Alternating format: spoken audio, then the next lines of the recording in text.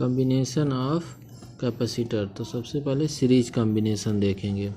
तो series combination में क्या होगा, एक बैटरी है V वोल्ट की जिससे एक कैपेसिटर C1 जुड़ा है और उसके नेक्स्ट आगे C2 जुड़ा है। तो इस तरह ऐड करेंगे तो ये सीरीज कॉम्बिनेशन कहे जाएंगे।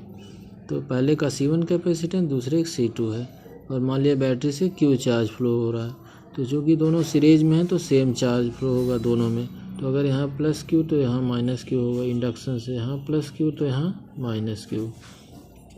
अब जो टोटल वोल्टेज अप्लाई हो रहा है बैटरी से वो कुछ यहाँ C1 के अक्रॉस यूज होगा, तो मान लिया वो V1 है, और कुछ पार्ट उसका C2 के अक्रॉस यूज होगा, तो वो मान लिया V2 है। तो अब यहाँ से जो टोटल वोल्टेज अप्लाई हुआ फ्रॉम फिगर से हम देखे हैं,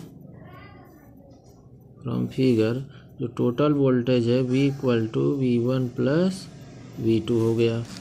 अब करना क्या है, V1 और V2 की वैल्यू और V की वैल्यू यहाँ पुट करेंगे तो इक्विवेलेंट कैपेसिटेंस निकल जाएगा सीरीज कॉम्बिनेशन में।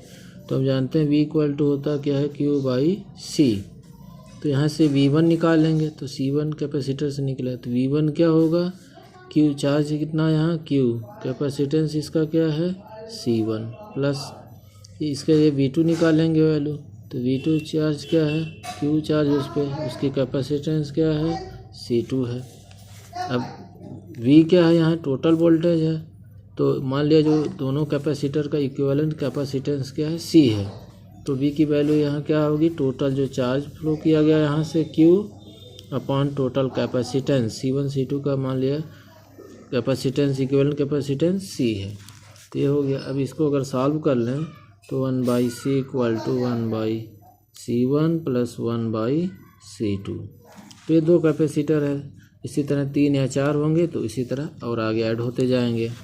अब यहाँ से अगर हम डायरेक्ट C की वैल्यू निकालें, फार्मूला याद कर लें, तो C = होगा, तो इसको LCM से सॉल्व कर लेंगे तो ये 1/C = C2 + C1/C1 C2। तो C जो होगा C1 C2/C1 + C2। तो चाहिए फार्मूला यूज करें सीरीज कॉम्बिनेशन में या तो डायरेक्ट इसका यूज़ करें, लेकिन ये केवल 2 कैपेसिटर के लिए। अगर 2 से ज़्यादा कैपेसिटर होगा तो इसी तरह टाइप के फार्मूले का यूज़ किया जाएगा।